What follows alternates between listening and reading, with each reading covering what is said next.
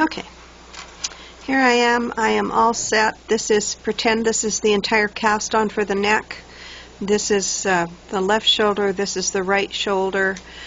Front increase, back increase, shoulder. Back increase, front increase, shoulder.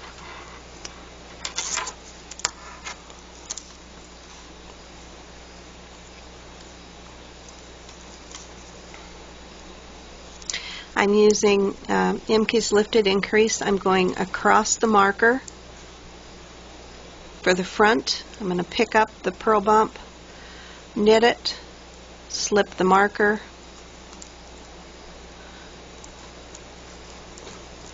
knit the first shoulder stitch, slip the marker, knit the second shoulder stitch. Now this is the braided shoulder. I'm going to reach across and I'm going to pick up the purl bump for the row below the row I just knit. And that is my shoulder increase for this row. Now I have to pick up, this is a little awkward when you first get started because things are laying over the top of.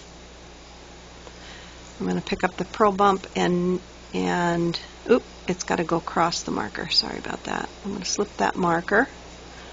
I'm going to pick that up, and that is my back increase. So that's done. And once I have a few rows on here, it'll get a lot easier. In the beginning, it's a little confusing, and it's even worse when you're doing it on the cast-on row.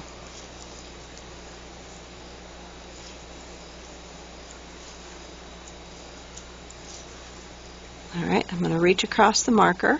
I'm going to pick up that purl bump and knit it.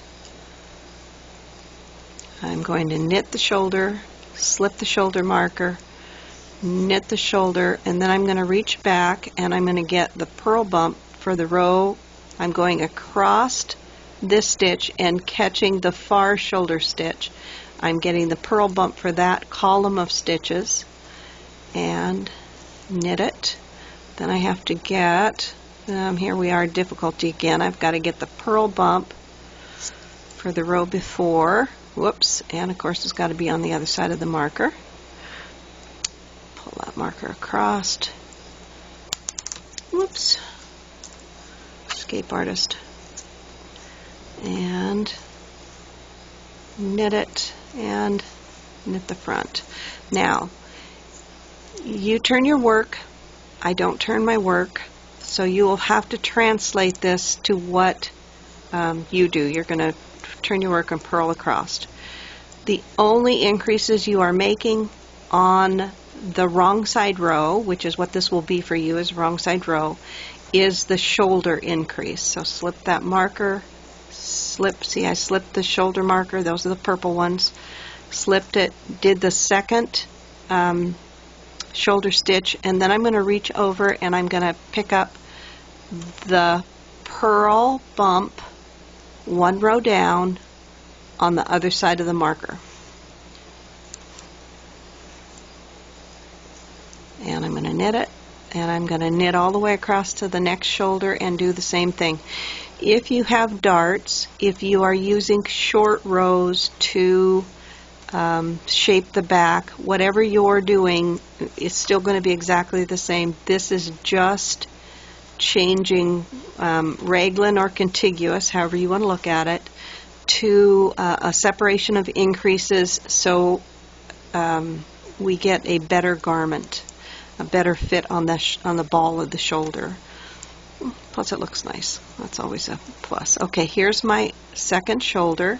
I've knit the first shoulder stitch, slip the marker, knit the second shoulder, oops, don't catch that marker, second shoulder stitch. Now I'm going to go back and I'm going to pick up the purl bump one row down on the other side of the marker and knit it. That is every wrong side row, every right side row is going to be the same there. You're only going to do the front and back increases on the right side row. You know, when you knit raglan, you do the increases on the right side and then you skip. Okay, here's I'm going to pick up this purl bump and knit it. Oops. Slip the marker, knit past the shoulder marker, 1 stitch, reach back, pick up the purl bump right there. That's 1 row down and on the other side of the marker. And that's going to give you that twisted shoulder, the braided shoulder look. All right, this is our back increase. We're going to pick up the purl bump.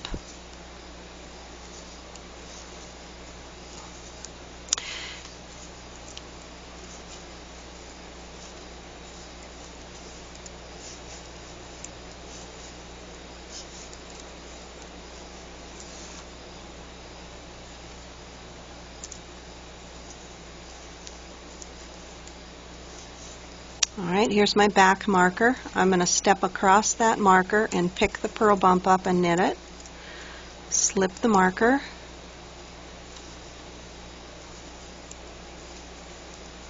I'm going to slip the shoulder marker and knit 1. I'm going to reach back across the shoulder marker and pick up this purl bump and knit it. Slip the front marker, pick up the purl bump backward across the marker and stitch it or knit it.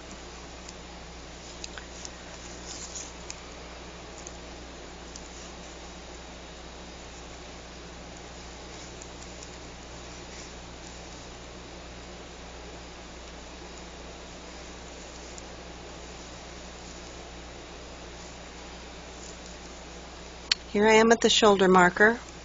I knit 1 past the shoulder marker. I reach back and pick up the purl bump 1 row down, other side of the marker.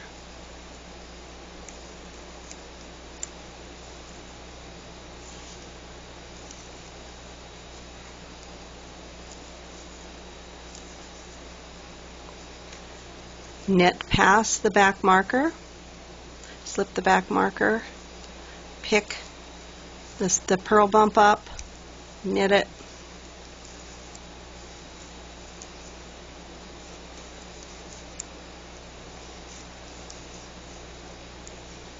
oh, I screwed up, didn't I? I added an increase here for the back that I shouldn't have added, so let's go back and take that out. That's right there. That shouldn't be there. Trust me, you'll end up doing the same thing. Just kind of keep it in your head that you're only going to do the front and back increases on the right side.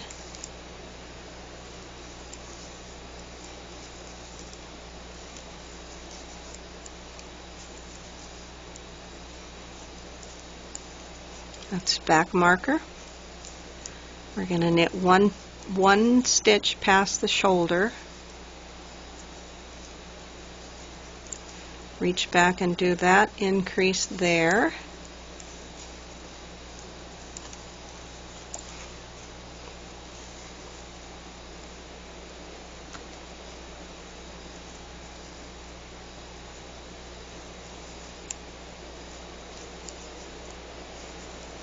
Alright, let's stop and look at this so you can see what we've done.